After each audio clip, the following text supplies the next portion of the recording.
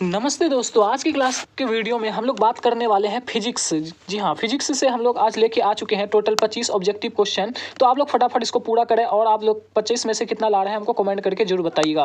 पहला प्रश्न है आपके सामने, कह रहा परावर्तन के नियम से संबंधित निर्धारित है। परावर्तन के नियम से निर्धारित कौन है?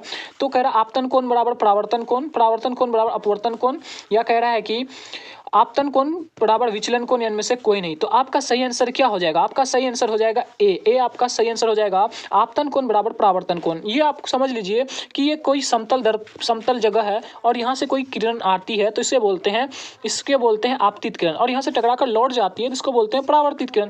और एक बीच में होता है एक अभिलंब, ठीक है, इसको ये लंबवत रेखा होती है, और इस साइड जो कोण बनता है इसी को बोलते हैं आपतन कोण, और इस साइड से कोण बनता है इसी को बोलते हैं परावर्तन कोण। और ये दोनों कोण आपस में बराबर होता है, और इसको साइन आई लिखते हैं और इसको साइन आर। ठीक है, अगला सवाल कह रहा है, और इसे स्नेल का नियम भी कहते हैं। ठीक है, और अगला सवाल क्या कह रहा है कि प्रकाश तरंग का उदाहरण है। जी हाँ, प्रकाश तरंग का उदाहरण कौन हो जाएगा? तो प्रकाश तरंग का उदाहरण ध्वनि तरंग, विद्युत चुंबकीय तरंग, यांत्रिक तरंग, इनमें से कोई नहीं। तो आपका सही आंसर क्या हो जाएगा? आपका सही आंसर हो जाएगा कि बी हो जाएगा आपका सही आंसर, विद्युत चुंबकीय तरंग।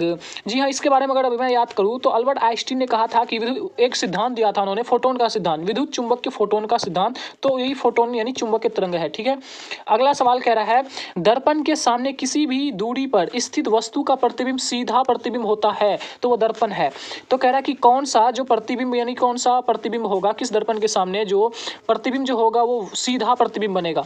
तो केवल समतल में, केवल अवतल में, उत्तल में, या समतल तथा उत्तल दोनों में। तो आपका सही आंसर हो जाएगा डी, दोनों में। ठीक है, अगला सवाल है, अगला क्या कह रहा है, निम्न में से किस माध्यम में प्रकाश की चाल सबसे अधिक होती है? तो सबसे अधिक चाल किस में होती है? तो कांच में, पानी में, लोहा में, या निर्वात में। तो आपका सही आंसर डी हो जाएगा, निर्वात में। ठीक है, निर्वात में सबसे अधिक होता है। आप लोग कमेंट करके बताइएगा कि निर्वात में प्रकाश की चाल कितनी होती है। ठीक है, अगला सवाल कह रहा है कि प्रकाश की किरणें गमन करती है। प्रकाश की किरणें गमन कैसे करती है? मतलब कि चलती है ना, कैसे चलती है, कैसे चलती है? तो आप लोग बताएं। तो कह रहा है सीधी में, टेढ़ी में, किसी भी दिशा में, इनमें से कोई नहीं। तो आपका सही आंसर क्या हो जाएगा? आपका सही आंसर हो जाएगा सीधी रेखा में। तो ए आपका सही जवाब हो जाएगा।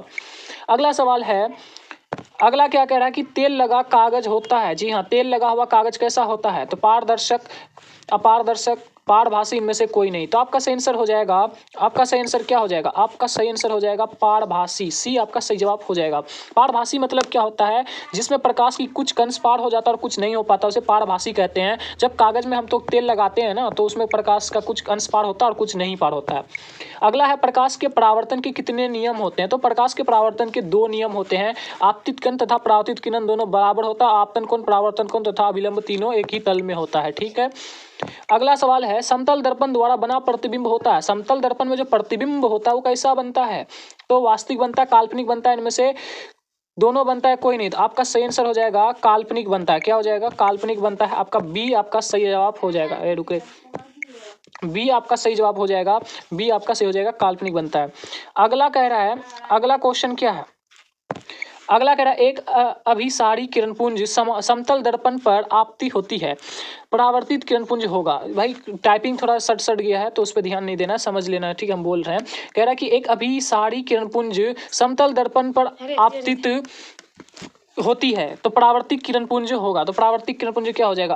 अपसारी, अभिसारी, समांतर, या इनमें से कोई नहीं। तो आपका सही जवाब क्या हो जाएगा? आपका सही जवाब हो जाएगा अभिसारी। अभिसारी क्या होता है? जो प्रकाश की किरणों को एक जगह एकत्रित कर देता है, एक जगह लाके जमा कर देता है, उसी को अभिसारी बोलते हैं। ठीक है, अगला सवाल है, अगला कह रहा है क्या किसी भी समतल दर्पण द्वारा आवर्धन होता है? तो समतल दर्पण का आवर्धन क्या होता है? इस चीज को आप कमेंट में जरूर बताइएगा। मैं इस क्वेश्चन को आप लोगों पर छोड़ता हूं, ये 10 नंबर का क्वेश्चन जो है आप लोगों पे छोड़ता हूं, इसका आंसर कमेंट में जरूर बताइएगा।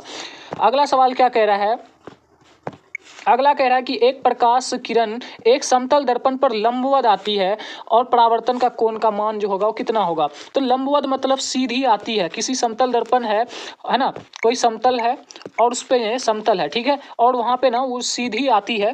तो ये सीधी रेखा जो आई तो ये कितने डिग्री का कोण, और सीधी आई और टकरा के फिर सीधी लौट गई तो कितना डिग्री का कोण बनाएगा? तो 0 डिग्री का कोण बनाएगा। ठीक है भाई, 0 क्यों बनाएगा? तो क्योंकि उस जिस रेखा पे आई उसी पे लौट गया। कोण बनने के लिए बीच में 2 का होना चाहिए, तो होता ही नहीं है। है, ठीक है। तो आपका 0 डिग्री का सही आंसर हो जाएगा।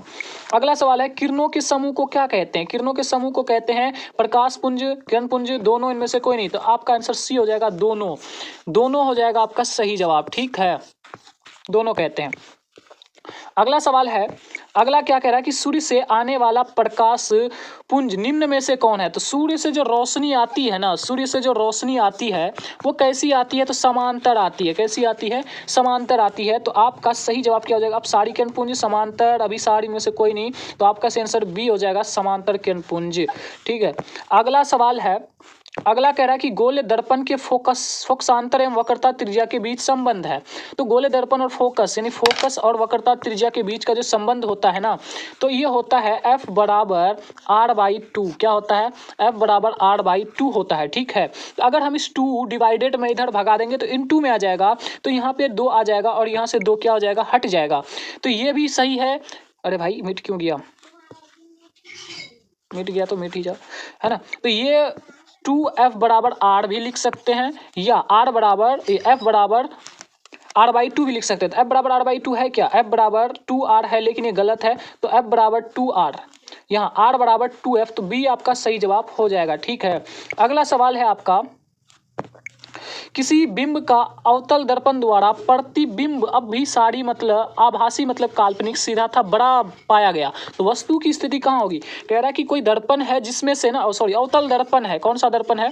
अवतल दर्पण है, और इसमें से जो प्रतिबिंब बना है वो काल्पनिक बना है और सीधा बना है, साथ में कैसा बना है? तो बड़ा बना है। तो यहाँ पे होता, आप सभी को पता होगा कि आप सभी को जो पता है, यहाँ P होता है, बीच में यहाँ F होता है और यहाँ पे C होता है, ठीक है।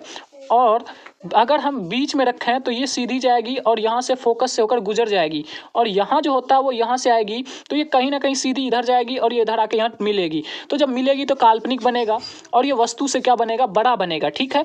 तो काल्पनिक बनेगा, वस्तु से बड़ा बनेगा। तो कहाँ वस्तु रखे हम? तो F और P के बीच, यानी कि कहाँ हो जाएगा? ध्रुव और मुख्य फोकस के बीच। तो आपका सही आंसर क्या हो जाएगा? डी आपका सही जवाब हो जाएगा। समझ में आ गया होगा। अगला सवाल कह रहा है, अगला क्या है कि काल्पनिक आभासी प्रतिबिंब होता है। जो काल्पनिक प्रतिबिंब होता है, सीधा उल्टा दोनों, इनमें से कोई नहीं। तो काल्पनिक जो प्रतिबिंब होता है वो हमेशा सीधा होता है। क्या होता है? सीधा। आपका सही जवाब ए हो जाएगा। तो कह रहा है कि अगला सवाल क्या है, सरल सूक्ष्म जीवों में किसका उपयोग होता है? तो सूक्ष्म जीव मतलब क्या होता है? सूक्ष्म जीव जो होता है उसका अर्थ होता है जिसे हम खुली आंखों से नहीं देख सकते हैं, तो उसमें किसका उपयोग किया जाता है? तो ऑप्शन है अवतल दर्पण, उत्तल दर्पण, अवतल लेंस या उत्तल लेंस। आपका सही जवाब क्या हो जाएगा? डी यानी उत्तल लेंस, ठीक है। अगला सवाल है, अगला क्या है कि हजामती, क्या है? हजामती के रूप में कौन सा दर्पण का उपयोग होता है? तो आपका सही जवाब क्या हो जाएगा? अवतल, उत्तल, समतल या कोई नहीं। तो आपका सही जवाब हो जाएगा ए, अवतल दर्पण, ठीक है। अगला सवाल है, अगला है कि दाढ़ी बनाने के लिए कौन सा दर्पण का उपयोग होता है? दाढ़ी बनाने के लिए कौन सा उपयोग का होता है? तो इसमें से सही जवाब हो जाएगा डी, डी आपका सही जवाब हो जाएगा, अवतल, ठीक है। अवतल दर्पण का उपयोग किया जाता है। अगला सवाल है, अगला क्या है कि उत्तल दर्पण में बना काल्पनिक प्रतिबिंब होता है। उत्तल जो दर्पण होता है उसमें काल्पनिक प्रतिबिंब होता है। कैसा बनता है? तो सीधा अवधारती बनता है, या उल्टा एवं अवधि बनता है, या सीधा एवं छोटा बनता है। तो आपका सही आंसर क्या हो जाएगा? आपका सही आंसर सी हो जाएगा, ठीक है। सीधा एवं छोटा बनता है। कैसा बनता है? सीधा एवं छोटा बनता है। आवर्धित है ना, इसमें सीधा एवं आवर्धित नहीं बनेगा। उसके बाद अगला सवाल कह रहा है, अगला सवाल क्या है, किस दर्पण में हमेशा वस्तु का छोटा प्रतिबिंब बनता है? तो कह रहा है कौन सा दर्पण है जिसमें हमेशा वस्तु से छोटा प्रतिबिंब बनेगा? तो आपका सही आंसर ए हो जाएगा। उत्तल दर्पण में ना हमेशा वस्तु से छोटा प्रतिबिंब बनता है।